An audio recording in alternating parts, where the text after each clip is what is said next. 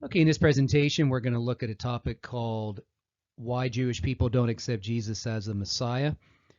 This topic has come up in my circles, and perhaps you have dealt with Jewish people and you've wondered why they don't accept Jesus as their Messiah. Of course, many Christians take it for granted that they believe Jesus is a Messiah, but they haven't really thought through or dealt with many of the issues that come with discussing whether Jewish people believe Jesus is a Messiah or why they don't believe Jesus is a Messiah. So this is a relevant topic, and it has come up in my discussions with many Christians over the years.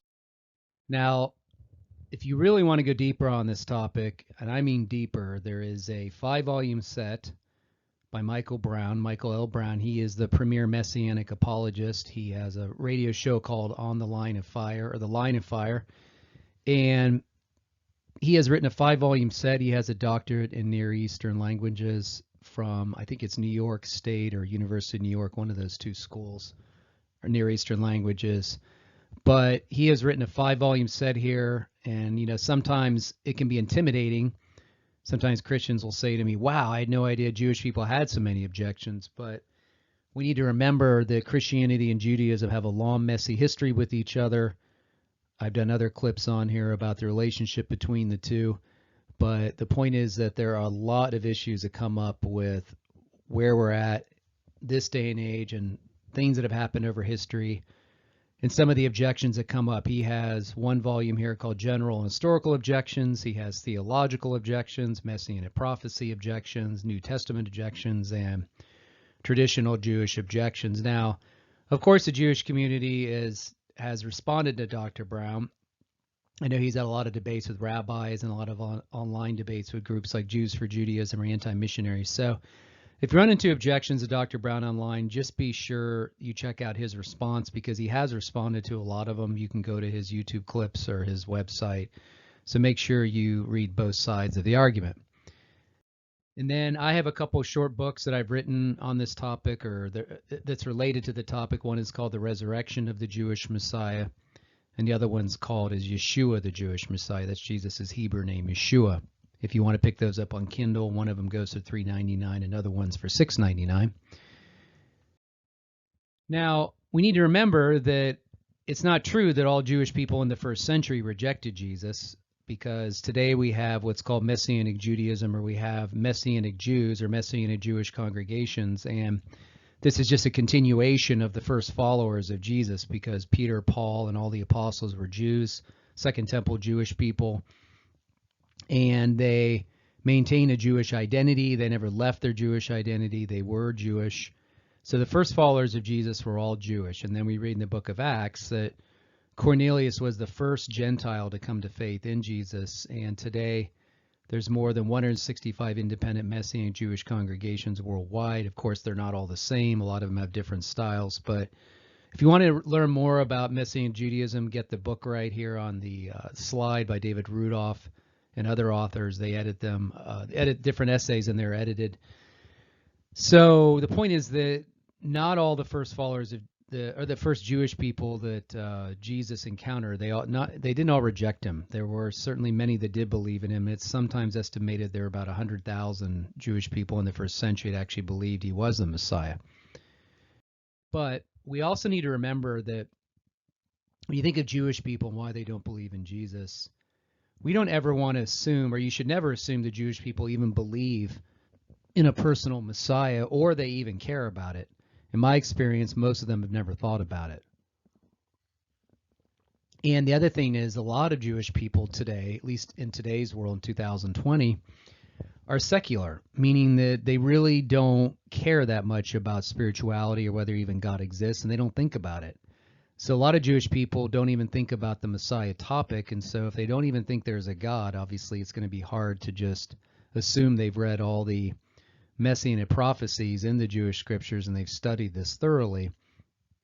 And for the most part of Jewish identity is not believing in Jesus. That's one thing that separates them from everyone else, is the fact that they don't believe in Jesus and he's not for them. They've been told that over and over and over and over by their parents and relatives, and it's so integrated or ingrained in their thinking that it's not even really questioned. So they have to actually go out and seek it out and care about truth. They have to be truth seeker just like anybody else. So everybody comes to faith the same way. You have to be a truth seeker. You have to actually care whether it's true that Jesus is the Messiah. And for the most part, as I say here, most Jewish people are taught the Messiah is not divine. He's just a regular earthly king. There's nothing divine about him at all. Now, of course, many Christians say they follow Jesus Christ, but they really sometimes don't know what that means to say Jesus is the Christ. Because remember, you're saying that you believe Jesus is a Messiah, because obviously in the first century, it's not as if Jesus had parents' names that are Mr. and Mrs. Christ, and they were calling in the temple for his parents. When Jesus was in the temple and he was a young boy, it's not like they said, Mr. and Mrs. Christ, your son Jesus is in the temple. So many Christians are sometimes not even sure what they mean when they say Jesus is the Christ, because that is what they're saying, that Jesus is the Christ, because Christ is a translation from the word Messiah, or Mashiach, Christos in the Greek. And a lot of times Christians will quote Messianic prophecies to Jewish people, or bring up Messianic prophecies. We'll have these passages from the Jewish scriptures, and we think we kind of have this checklist that makes it absolutely certain that Jesus is the Messiah. This is an example, like a very abbreviated view of how we try to do this. We sometimes have a big long check sheet. It's even longer than this, of all the so-called Messianic prophecies in the Jewish scriptures. It's not that that's irrelevant, but there are some challenges to that, because when you do that, or you take that approach, sometimes we're not really looking at the passages in their immediate context. Sometimes we don't take into account the original audience that the prophecy or passage was written to. And some of the passages aren't even really prophecies at all. And of course, you have an issue of languages, the Hebrew, that it was written in Hebrew, and sometimes we're not taking that into account. And so we have to interpret the passages in their own time period and who they were writing to and what was going on before assuming it as a prophecy. So a lot of times when we just quote those Messianic texts, we think they're strictly written about Jesus. That's all that's going on there. And we don't take the original context into consideration. That can be a problem. So we need to do a better job on that. And we don't want to assume the Jewish people are just going to read those checklists, Messianic prophecies, and assume that means Jesus is the Messiah. So if you want to go deeper on this and really sharpen your skills as far as learning about Messianic prophecy and about this topic, I'd recommend any of these books. Walter Kaiser's book, The Messiah in the Old Testament, or Jesus is a Messiah. That's a very large book. That's the most current book that's come out. It's written by Darrell Bock, Herb Bateman, and Gordon Johnston. I think that's one of the best ones that's out there. And then you have Michael Brown's book, Answering Jewish Objections to Jesus, Volume 3, and then On the Way to Emmaus, 5 Major Messianic Prophecies Explained. So those are just some of the books I'd recommend if you really want to learn about the context and get a much better feel for a overall picture of the Messiah in the Jewish scriptures, or the Tanakh or Old Testament. So when it comes to Jewish people, a lot of times people will send me this link, or else they'll send it to their Christian friends about why they don't believe in Jesus. Of course, they go online, they find these articles like everybody else, and they seem to be able to go to these websites and assume that this just settles the issue, that, you know, this is the reason why Jews don't accept Jesus, and it's just that easy. If a website says so, and there's 1, 2, 3, 4, 5 reasons, it's just settled. And so there have been more than enough, or there have been resources in the Jewish community, what we call Jewish apologetics, really these anti-Christian apologists. Of course, they've got their own apologetics, and they write these books. Now, David Kleinhofer on the right isn't necessarily an apologist. He actually is a science writer and writes a lot of things on the intelligent design movement, but he also wrote a book called Why the Jews Rejected Jesus here. And this other one on the side, 26 Reasons Why Jews Don't Believe in Jesus, is a very general book. I think there's more than enough answers to that. But the point is that these are some of the resources that have been out for a while. And one of the things that they keep saying, there's a theme as far as like why they don't believe Jesus or the Messiah has come, or Jesus is the Messiah or the Messiah has come. And they quote some of these passages in the Jewish scriptures, that they list them, especially on these websites, that if the Messiah has come, some of these things should be physically visible. That means that Israel should be regathered to the land. That means that the Jewish people should be living in harmony in the land. Of course, they haven't been in complete harmony there. They've been in exile forever. There have been several exiles in their history. The nation, the land boundary should be increasing. The 12 tribes are united as one nation. Of course, the Messiah is there. He's an earthly Davidic king. Any kind of idolatry, transgression is removed. There's cleansing. Israel is, there's a rebirth in Israel. The new covenant passages that are mentioned, Jeremiah 31, Ezekiel 36, which are written to Israel originally anyway, have come to pass. And there's peaceable conditions. Some of these passages in Isaiah and others talk about international harmony, which I'll talk about more as we go on here. There's other passages that speak of the relationship between the harmony of creation and the renewal of nature. That's a very utopian view of things. That's what we talk about when Jewish people talk about a Messianic age. Israel's definitely blessed. Jerusalem is the center of the earth, that the nations go up to Israel to come to the one true God. They want to know who the one true God is. They come out of paganism, idolatry. And then in some cases, some believe there is a temple that's rebuilt. The Messiah does that as part of his ministry. So these are some of the things that Jewish people look at as far as the Messianic criteria. And of course, none of these things have come to pass. Now, they are not reading the New Testament, of course. They are just strictly reading the Old Testament and seeing these things never came to pass. So it's very hard just to open the New Testament and try to respond to these if they're only sticking with the Old Testament passages as it is. Now, one thing that the same problem with some of these passages are the same things that sometimes Christians do in their Messianic prophecies. We need to look at all those passages in the context, of course.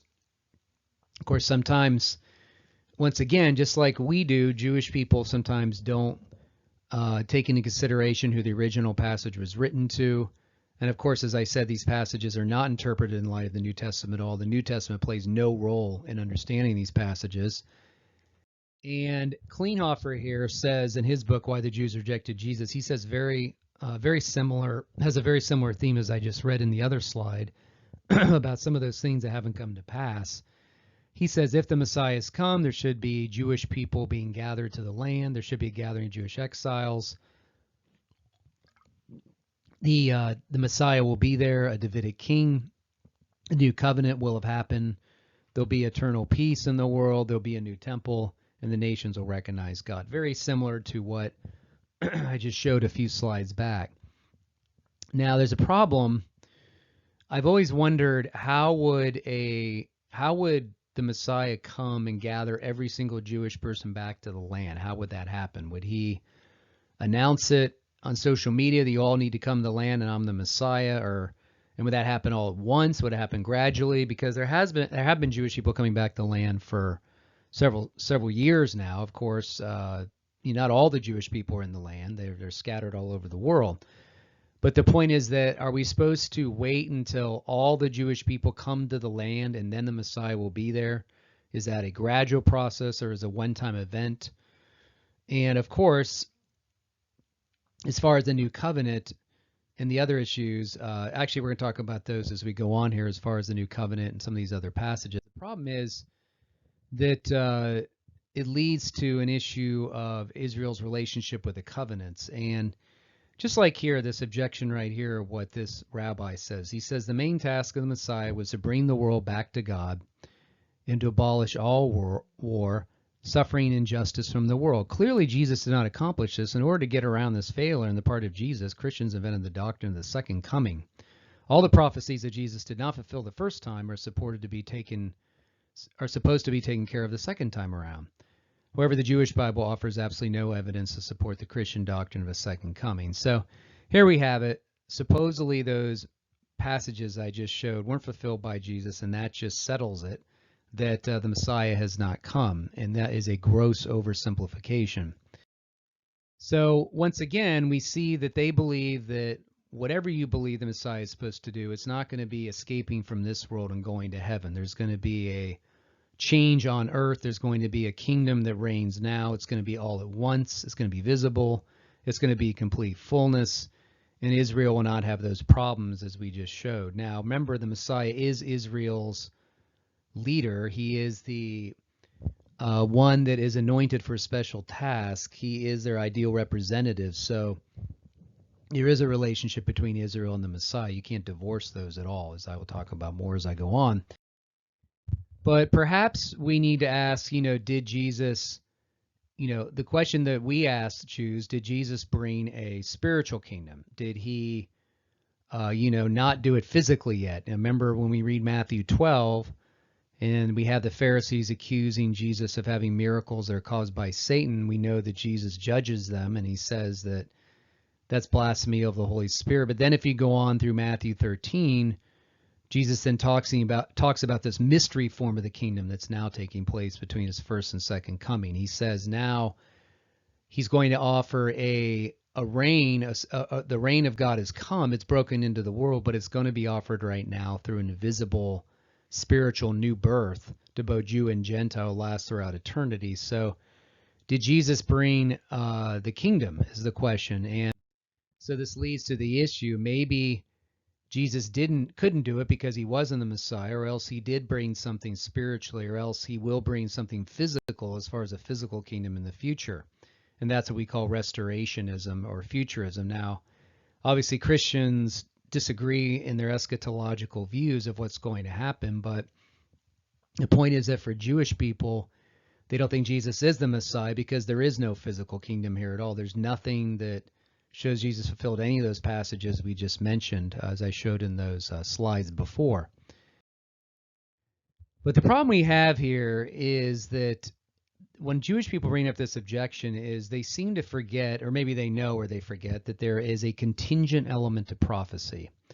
And what that means is that the covenants that were made between God and Israel, the Abrahamic covenant, the stipulations of the Torah, notice I don't call it the Mosaic covenant, and the Davidic covenants have a conditional and unconditional element to them. So if there's a conditional element on Israel's part that they need to do something, then there's always going to be delay in the blessings. Just like when God gave them the land promise, of course they had to take the land and they had to do their part, but they did not do that and they failed. And of course, they've never actually attained the land completely. They've had several exiles and they're still in exile. Now, of course, Christians don't all agree what the role of the land is today in the scheme of God's plan. But then you come to the Torah and the conditional elements in the Torah, and of course God tells them, he gives them conditions for dwelling in the land securely. They have to obey the Torah, and of course they don't, and they're exiled. And then of course the Davidic covenant, there's a conditional element with that. God promises to have a king on the throne forever. That's an unconditional promise, but they have to receive their Davidic king when he comes, and if they reject him, then of course there's going to be delay in the blessings. And so Israel cannot, those passages that talk about the Messianic criteria, those things cannot take place unless Israel obeys God. And so while there are unconditional elements to those covenants, as I believe there are, there's also a conditional element. As of right now, we know that not all Jewish people are doing the things that God laid out in the Torah. Not all Jewish people are carrying out their part of the covenant. And so for any of those things that take place when Messiah has come, there has to be obedience on the part of Israel. And of course, many Jewish rabbis think the Messiah will not come until Israel's ready. They think that Israel's not ready for their Messiah. And of course, they believe there is a contingency issue with the coming of the Messiah and how they respond to what God has asked them to do. So we just need to remember, just because those passages haven't been fulfilled in Jesus, part of it has to do with Israel's faithfulness, and they have not fulfilled some of the aspects of the covenants. But as I said, I don't believe God's done with them. He'll deal with them in the future, but the point is that there's a delay in blessings. Now, another thing that happens when it comes to Jewish people rejecting a Messiah, or some of those questions we had at the beginning, or some of those objections, is that a lot of Christians think that the number one thing that Jewish people wanted when Jesus came was a warrior Messiah.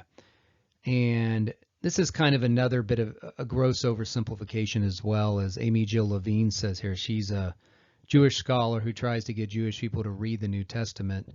But she says here, that claim the Jews rejected Jesus because he counseled peace and all Jews were looking for some warrior Messiah whose job it would be to get the Romans out of the country misses the variety of messianic ideas that were floating around in the first century. The majority of Jews did not accept Jesus as a Messiah because most Jews thought that the Messiah and the Messianic age came together. The Messianic age meant peace on earth and the end of war, death, disease, poverty, and gathering the exiles, a general resurrection of the dead. When that didn't happen, I suspect that quite a few number of Jews who were highly attracted to Jesus' message of the kingdom of heaven thought that's a good message, but we have to keep waiting. So once again, we see here that many Jewish people have these messianic expectations that still have a role in Israel's, that have relationship to Israel's obedience. And we'll talk more about some sort of utopian-like conditions that they're looking for. But the point is that there are many other messianic expectations other than some kind of warrior Messiah that were around at the time of Jesus. So we don't want to just say, well, they wanted a warrior like Messiah to take over Rome, and that's it. And that settles it why they rejected Jesus as a Messiah. That's really too simple. And just as they said in this book here, the Messiah in the Old and New Testaments, as Stanley Porter said here, intertestamental New Testament literature suggests that the expectation was all over the map. Some Jewish people did not expect a Messiah. Others thought that the Messiah would be a priestly figure, so others a royal deliverer. But we can also be sure that there was nothing like a commonly agreed delineation of what the Messiah would be like. The latter point means that modern-day Christians who shake their heads about why the Jewish people did not universally recognize a Messiah, considering all the fulfilled prophecy, really do not understand Old Testament literature. And he's right that there's so much literature that's come out now talking about the different messianic expectations that you just can't, tout the usual that, well, the Jewish people thought that Jesus was supposed to be like a warrior figure, and he wasn't. He didn't take over Rome, and he didn't, restore Israel the way they wanted, and that's just it. It's settled. Well, there's other messianic expectations at the time of Jesus. We need to look at a few of these. First of all, we do know that the Messiah, of course, is an anointed figure. We know that God would anoint prophets, priests, and kings in the Jewish scriptures to do specific things for him. Some of these passages we talk about in the Torah in the Old Testament were not speaking of any figure in the future. A lot of these figures were just talking about things they would do in the present. These passages don't necessarily speak of like an eschatological future figure. That's why we also need to take into consideration that there were other names used to describe the Messiah. For example, when someone thought that someone was the Messiah, they didn't necessarily say, is he the Messiah or not the Messiah? They would think of these other names for the Messiah. And so when they heard things like the Son of David or Son of God or Son of Man or Prophet, Elect One, Servant, Prince, Branch, Root, Scepter, Star, Chosen One, Coming One, these things were all associated with the Messiah. And so that's why, as we'll see, when Jesus was using the title Son of Man a lot in his ministry, that was understood to be a name for the Messiah. And that's how a lot of people would have understood him to be saying he is a Messiah, by using the Son of Man terminology. Now, Michael Bird has an interesting point here, as he says in his book, Are You the One to Come? The Historical Jesus and the Messianic Question. As I just said, we see here that there are names or titles for the Messiah that, as you can see, that when Jewish people heard these titles, they would know that that is referring to the Messiah. Some of this language here, some of the literature here is from the Dead Sea Scrolls. Some of it's from other literature of the Second Temple period. That's the time of Jesus. Some of the intertestamental literature. But the point is, all these titles are associated with the Messiah. So you just can't say that Jesus is the Messiah because of A, B, and C, and that settles it. Asking whether Jesus is a Messiah is asking, is he the Son of Man? Is he the scepter? Or is he, related to the title scepter or the Son of God title? Is he the king? Is he related to the star, the elect one, chosen one? These other titles to describe Jesus. And so we make a mistake when we just say, well, he's either the Messiah or not the Messiah. You have to ask what you even mean by the Messiah, and what do these titles have to do with that?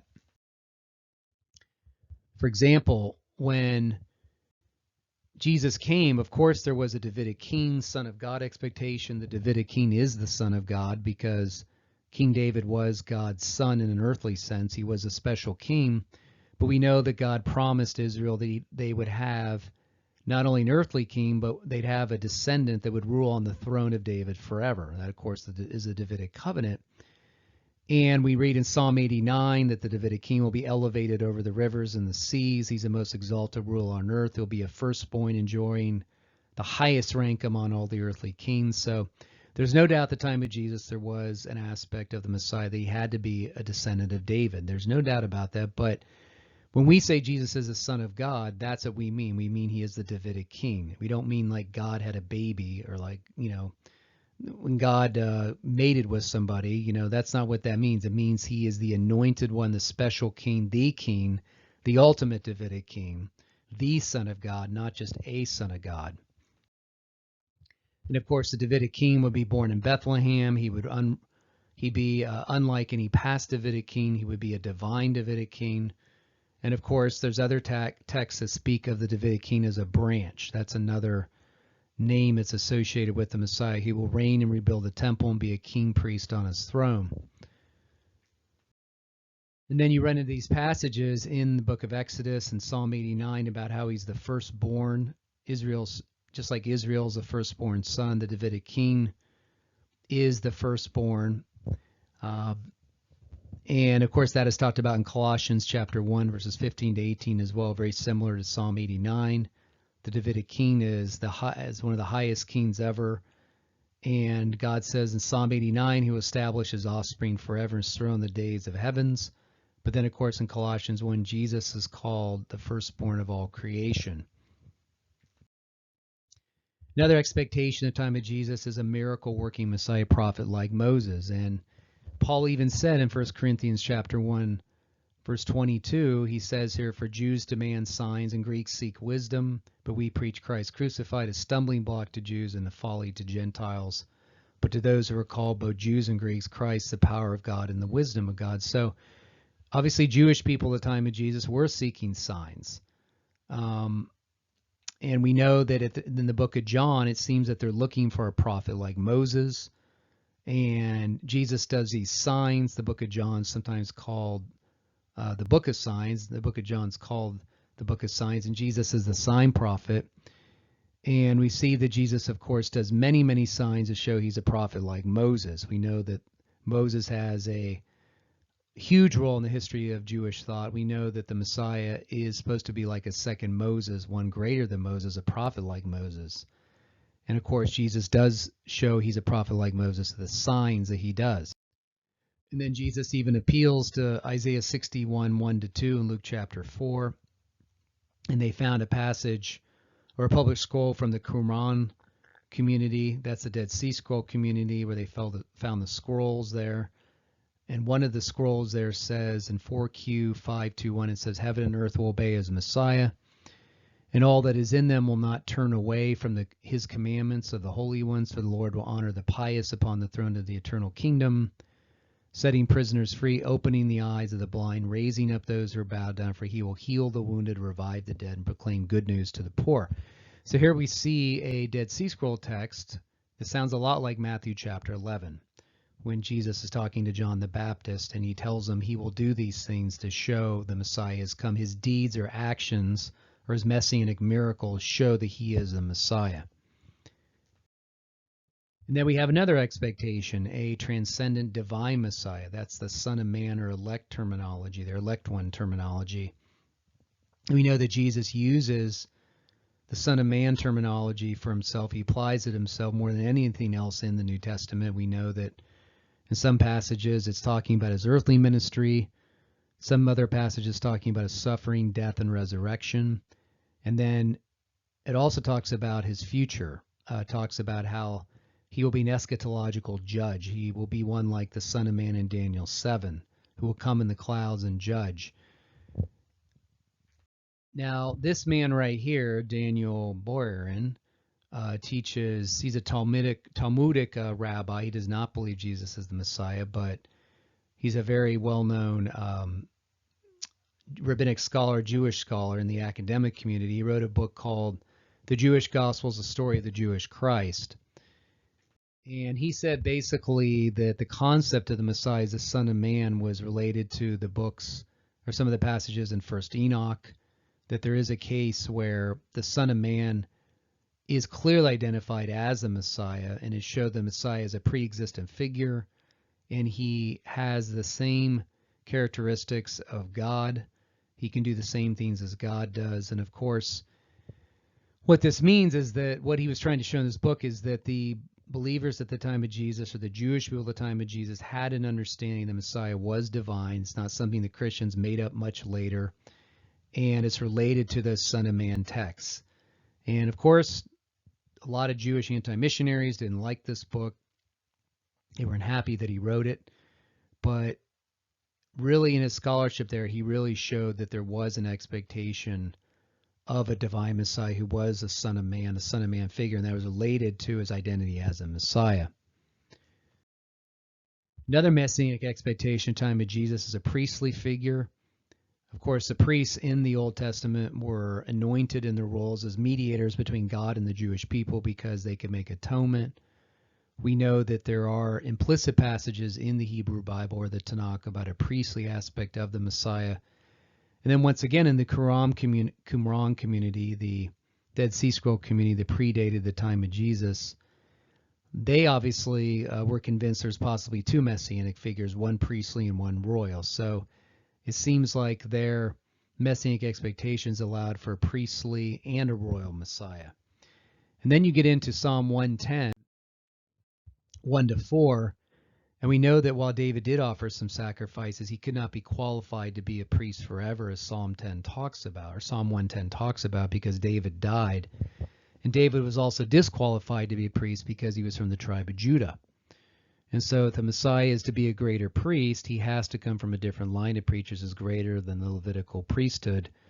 And of course, we know that in Psalm 110, 1-4, this riddle is solved because the Messiah is not from the line of Levites. He's in the order of the line of Melchizedek. And there's no doubt that the first believers who followed Jesus used this text a lot, the Psalm 110 text, especially in the book of Hebrews. And so there is another expectation that involves a priestly aspect of the Messiah, an atoning aspect. And this leads us to the issue of trying to reconcile the suffering, atoning passages of the Messiah and the ruling, reigning passages about the Messiah, because you have passages in the Old Testament that speak of a suffering, atoning, rejected Messiah, and then you have the passages that speak of a ruling or kingly Messiah. And this began to cause issues for the rabbis, and so they tried to reconcile these together. And they came up with a doctrine of the theory of two Messiahs. And what this means is that they believe there was one Messiah called Messiah ben Yosef, or the son of Joseph, who suffers and dies. And then another Messiah called Messiah ben David, who rules and reigns. And so they believe the Messianic work was related to both a figure who suffers and dies and also rules and reigns. And so this is very interesting because, of course, Christians and Messianic believers believe the Messiah is one person, there's one Messiah, and he does both of these things. He suffers and dies, and then he rules and reigns as well. And then it says in the Talmud, of course, it said here, if my people Israel are worthy of the Messiah, he will come with the clouds of heaven, as it talks about in Daniel 7:13. If they are not worthy, he will come lowly riding on a donkey. He will come humbly riding on a donkey. And so here we see the doctrine of the two Messiahs. And it's interesting, as I said, that Christians and Messianic people believe that Jesus fulfills both of these, because he is both a suffering Messiah who came humbly, and then he's also going to rule and reign one day as well. Of course, he reigns right now at the right hand of God, but he will reign on earth one day in the future. And even the Schottenstein Talmud, which is a comprehensive Orthodox Jewish community, began to interpret Isaiah 53 as being about the Messiah, even though it's not, they don't say it's Jesus, but it talks about his sufferings. The Messiah is afflicted, and it sounds very similar to what Christians believe about Jesus and what Messianic people believe about Jesus. And so what happened was later on in the Jewish literature, the rabbinical literature, they begin to see Isaiah 53 as being about a Messianic figure who suffers. They just won't say it's about Jesus. So it's very interesting what happened after Jesus left and what the rabbinic community had to do to reconcile the issue of a suffering Messiah and a ruling Messiah. Now, another objection here is, or Messianic expectation is, in this book, The Real Messiah here by Kaplan here.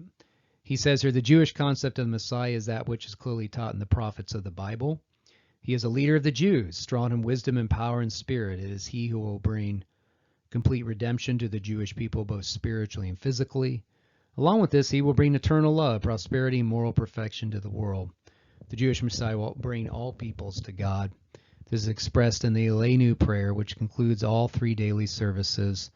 May the world be perfected under the kingdom of the Almighty. Let all the humans call upon your name and turn all the world's evildoers to you. Let everyone on earth know that every knee must bow to you, and let all them accept the yoke of your kingdom.